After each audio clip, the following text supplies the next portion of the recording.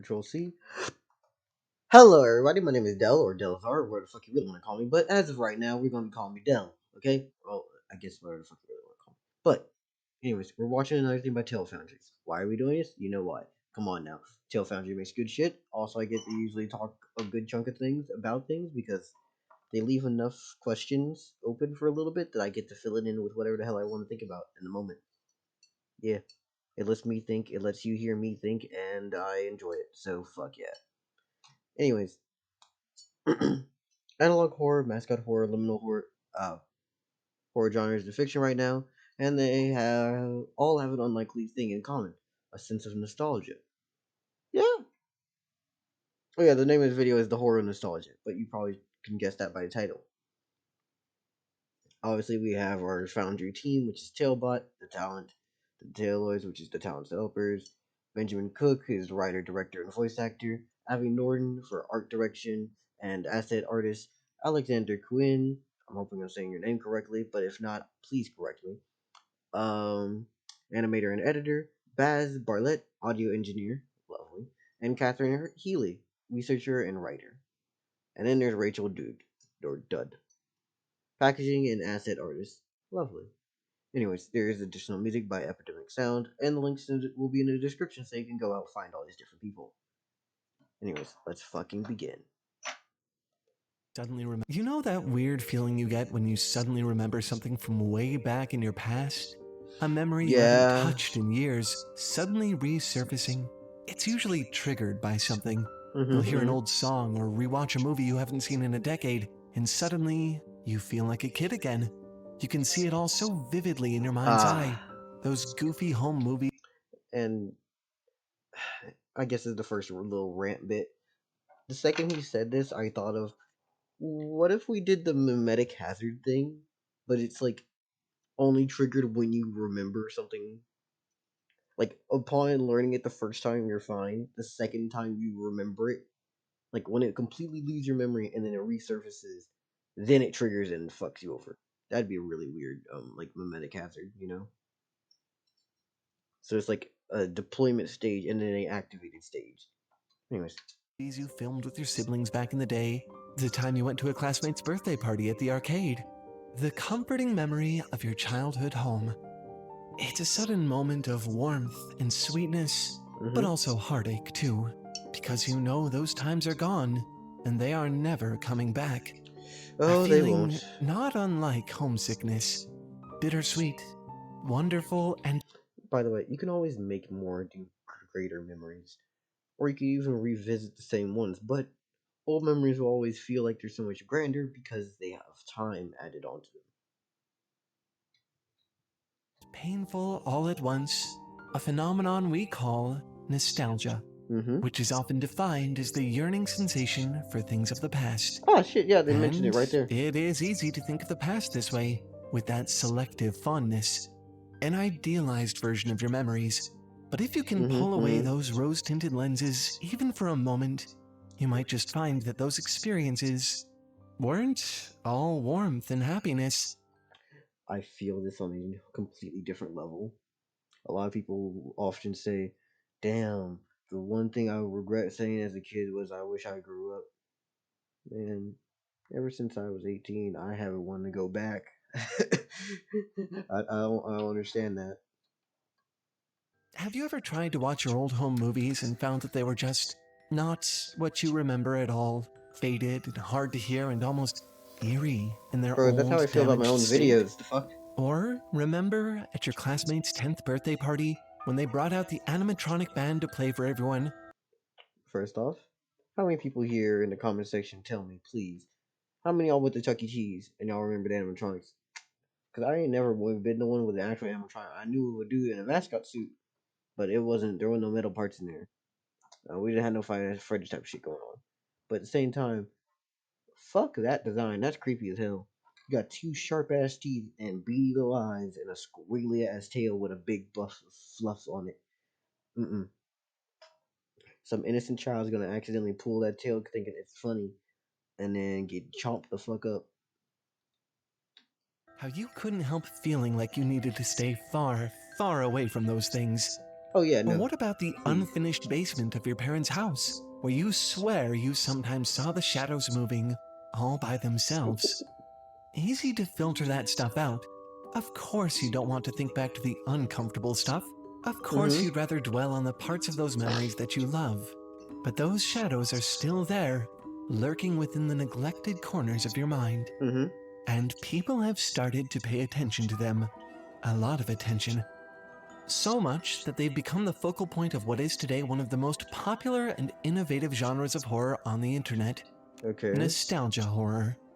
I've never heard the term until this video. Ah. The intro. Dun, dun, dun. 10 Foundry. Are you enjoying the video so far? Yes. I hope so.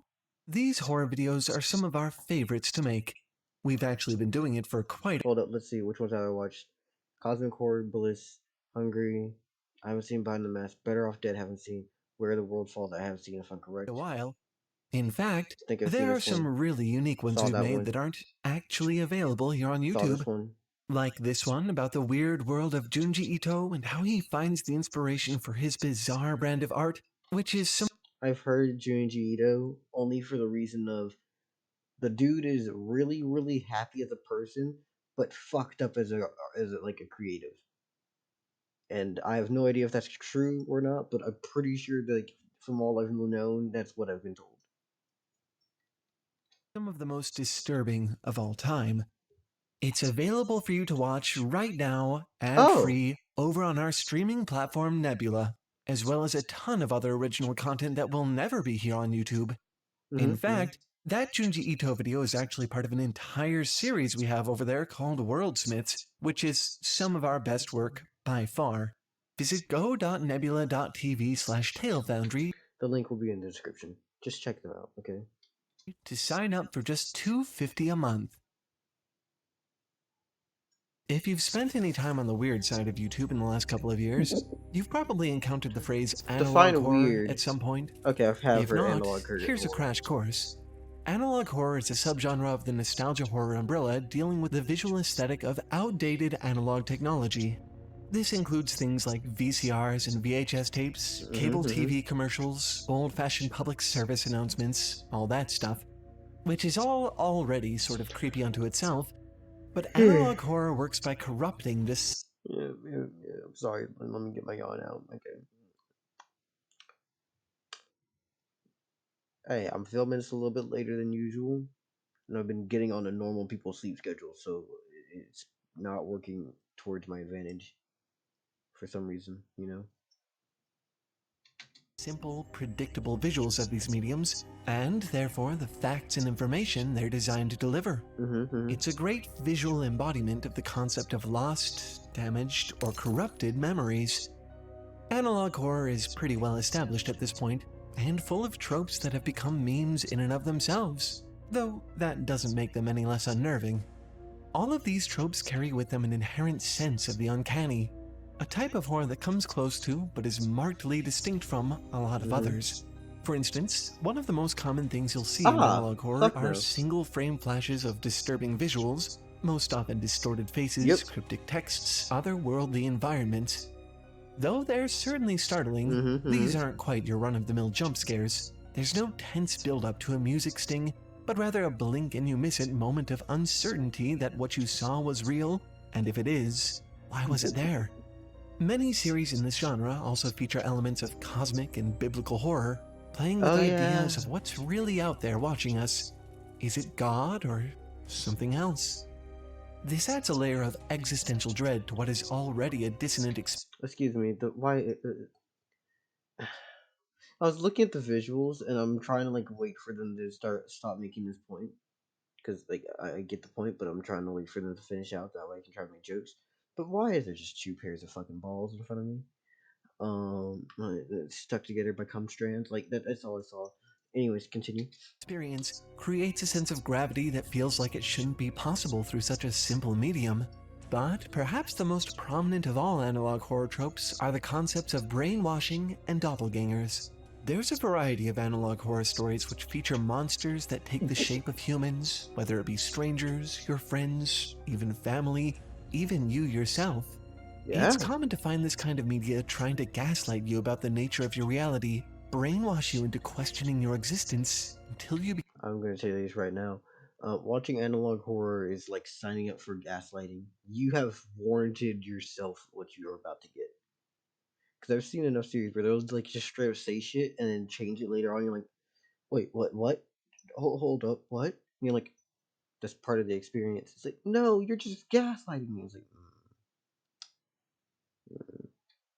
begin to wonder who, if anyone, is really safe to trust. There are already countless analog horror projects available to watch for free on YouTube, with more being uploaded every single day. But there are a few I want to point out in particular. One of the first examples of analog horror ever created was a series called Local 58, a collection of found footage videos taken from a fictional public access TV channel as it is repeatedly hijacked, apparently trying harder and harder to lure viewers into an almost hypnotic entrancement with the moon, or whatever strange entity has woken up inside of it. There's also a series called Gemini Home Entertainment, which is a library of educational VHS tapes published by the fictional Gemini Home Entertainment Company that tells the story of an extraterrestrial invasion. Both of these projects helped to popularize the genre, but there's another that really put analog horror on the map. The Mandela Catalog was created in 2021 by the then 18-year-old Alex Kister. The series is made up of found footage material that details the invasion of Mandela County, Wisconsin by supernatural beings known as alternates, who at first look and sound like people, but are definitely not. At first, it was just a single video with the title Overthrown, which Kister created as a filmmaking project. Since then, it's expanded into a multi-season epic with popular channels like Wendigoon and Nexpo and, I guess us at this point, analyzing it and breaking it down. I think it's safe to consider.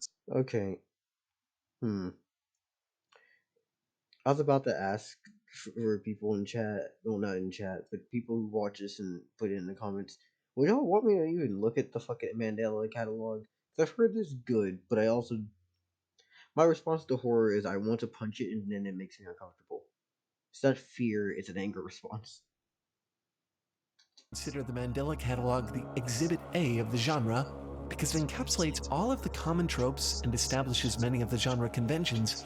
The distorted faces, the biblical underpinning, the brainwashing, the uncanny doppelgangers swapping places with people.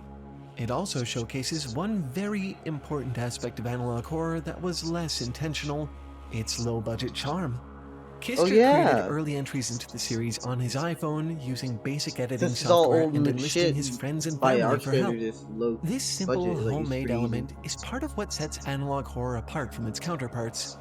Even big-budget theatrical releases like 2022's Skinamarink very intentionally give the impression of being filmed on home video.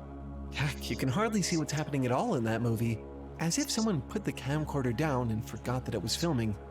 These series have blown up on YouTube in recent years, and I think that owes a lot to how familiar this imagery is. With their grainy VHS tape quality, dated music and effects, and focus on the pre-internet era, they all call back to what most people would think of as a simpler time. But I certainly wouldn't call the experience nostalgic. Yeah. You know what I would call nostalgic, though? The cartoon characters you grew up with.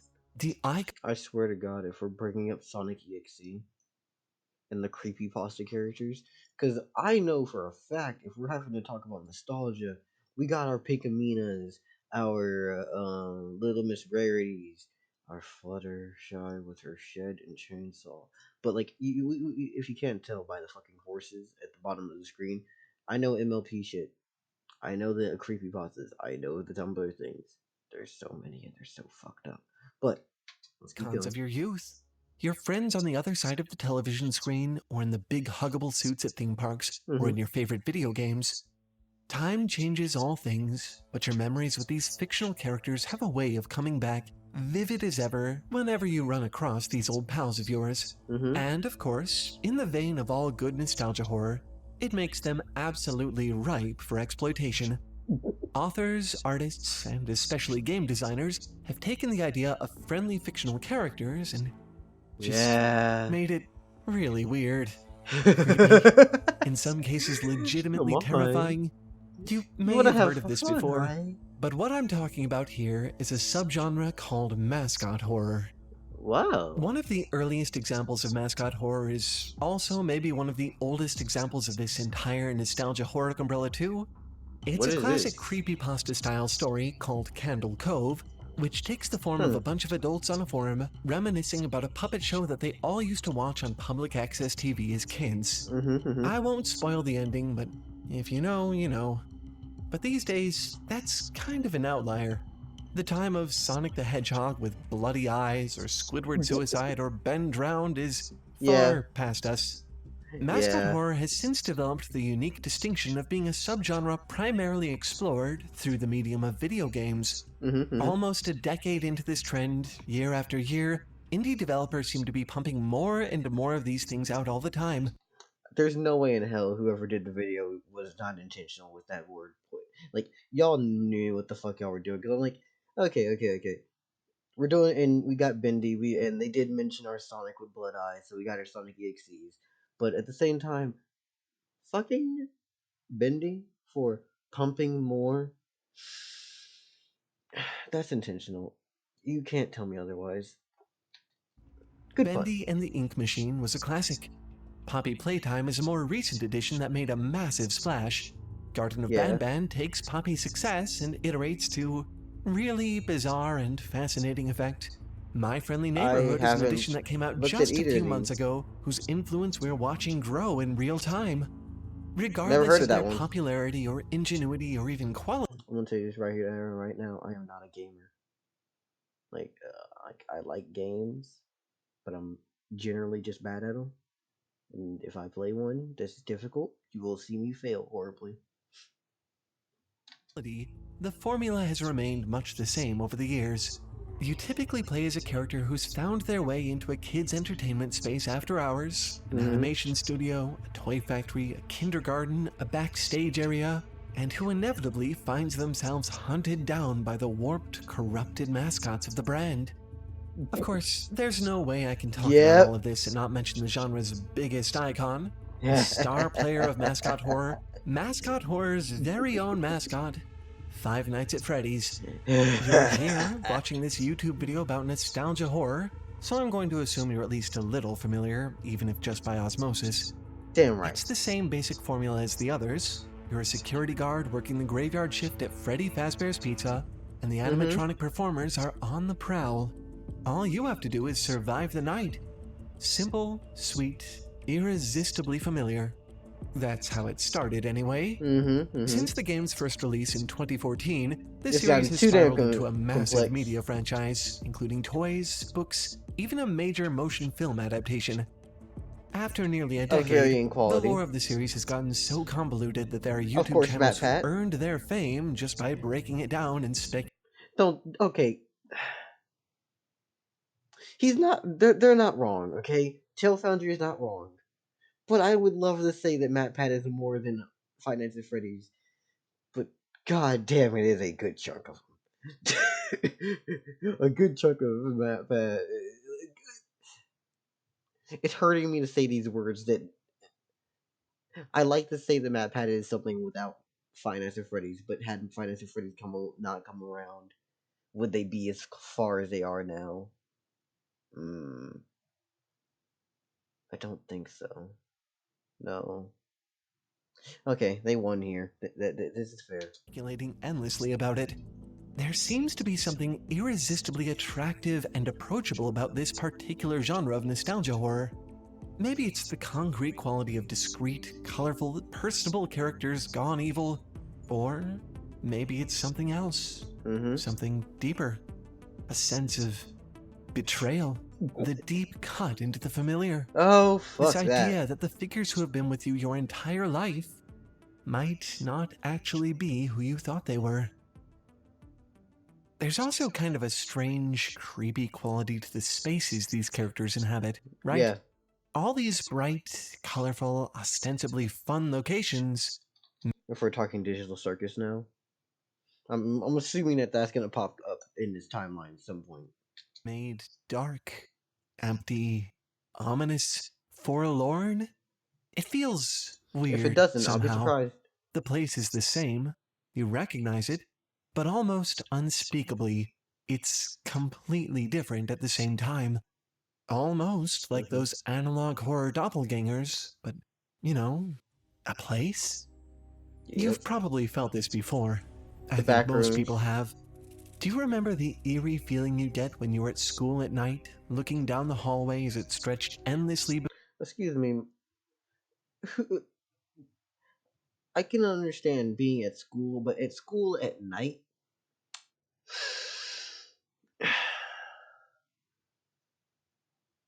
Actually, I was gonna say I don't think I've ever been to my school at night, but like football games don't count. That's not fair because like you're not actually at school.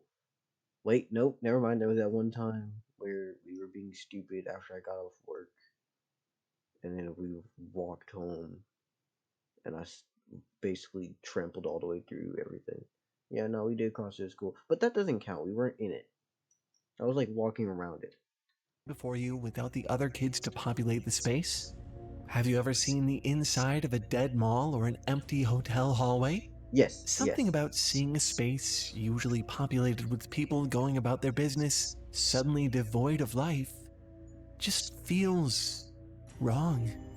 Almost as if Actually, I just realized I have been to a school at night because that's where we used to do band practice for that fucking shitty dingy ass place. I still want to kick that as the fucking drum instructor because I swear he is the reason why I had scoliosis. Bro really said, "Hey yo, you a fucking 7-year-old. Pick up this bass drum and walk with it in the parades. Fuck you, you ugly asshole." Anyway. there's a primal fear associated with it. Something that Oh screams, fuck no. you shouldn't be here. That fear is the By the way, can foundation we of just our appreciate the third art and here? final It's really beautiful, subgenre the entire here, video. liminal horror. Ah, If you're yes. already familiar with this term, it's probably because of the popularity of liminal spaces. Basically, what I just described, all those empty transitional spaces that just feel so strange to observe. And weirder than that, too. Spaces that literally cannot exist. Renders and photo manipulations of inscrutable architecture and impossible scale. Maybe the best example of this is the Backrooms, Yep. which we did a whole video about, which is essentially an alternate reality made of labyrinthine liminal architecture. But this goes well beyond spaces. This transitional state concept can apply to so much. There's a project a few different creators are collaborating on right now called Liminal Land, which is basically just a tour through all possible definitions of what you could mean by the word. Human faces that have been warped to the point of unrecognizability, architecture that shouldn't quite be possible, moments of bizarre motion that capture impossible in-between states. It's a unique body of work in that the bulk of its story is told through its fully functional website, visitliminalland.net. Through its maze of web pages and AI-generated images, it details the attractions and happenings of the long-defunct theme park, which supposedly closed in 1989 after a string of missing persons cases.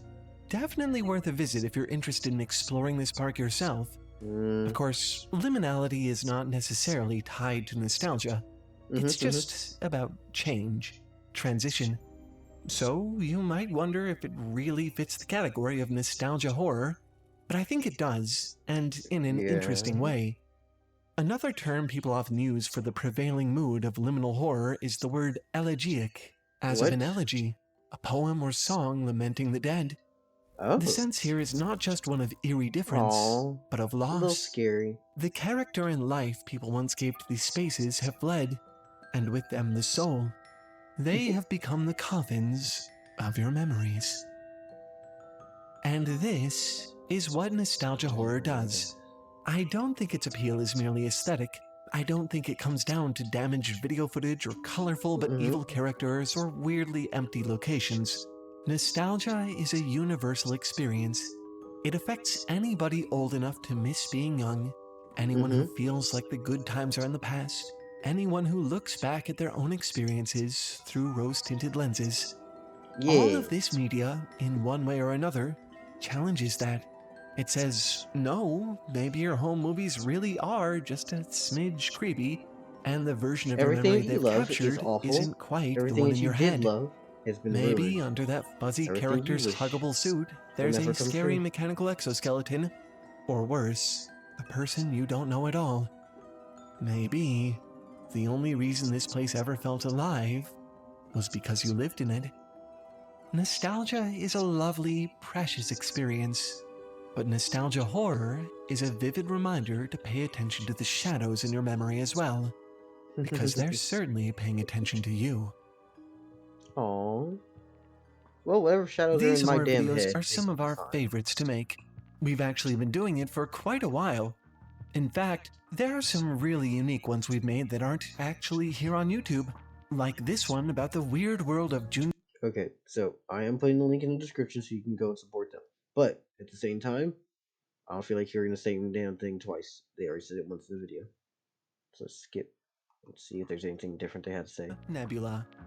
Actually, we've got a bunch of stuff over there that won't ever be here on material. You can find every single video we make there, from Hello Future Me.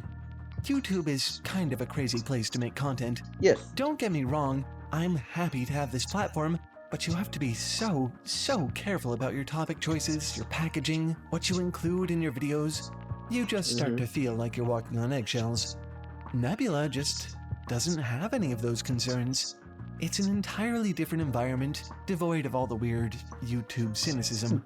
That's because, unlike YouTube and so many other platforms, this one is not run by advertisers. It was built by creators for creators. Every time you watch a video there, a creator you love is getting paid, and far more than they would ever get paid on YouTube.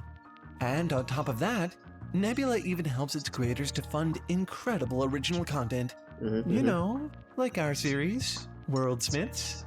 And here's the really Hold the fuck up. I blinked, opened my eye, and saw something disappear. This is not the video to be doing this shit to me. If you're going to be trying to do this liminal horror and nostalgia shit, no. I'm going to go back frame by frame. I'll be damned before they fuck with me right now. Hold on, you know what? Just gonna do this real quick. Original content. You know, like our series, World. Okay, so that's what this was. Like, I literally blinked and saw this disappear and then reappear in my face. I was like, oh, the fuck is that? No, they just put the little winky face. Okay, cool.